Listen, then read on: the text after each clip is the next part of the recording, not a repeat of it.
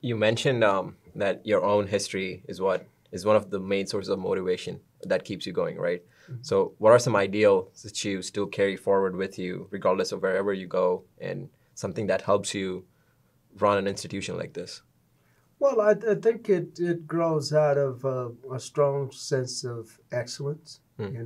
To whatever you do, be the best at it that you can. Right, And we are all placed on this planet, I think, for a purpose, and hopefully that purpose is to do a greater good. right, And so that's how I looked at my own journey to education. I pursued an education because to me it was a means to an end to have a life that was much better than what my parents experienced. My parents couldn't afford to send me to college, hmm, so I worked a full-time job my junior and senior year in high school just to save enough money to that if I was fortunate enough to get into a college, at right, least could pay for the first year of tuition.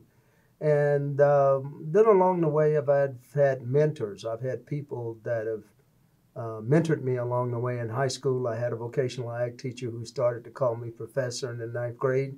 And then when I got to college, I had a professor who took me under his wing and made sure that I got the best internships and the best work study opportunities possible, and told me that I was going to graduate school, and told me I was going to University of Georgia, and I did that.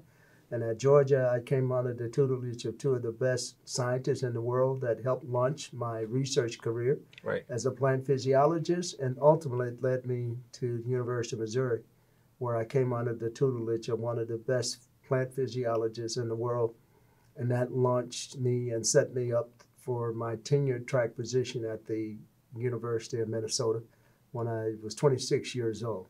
So I had help and mentors and support along the way that has allowed me to pursue my educational support.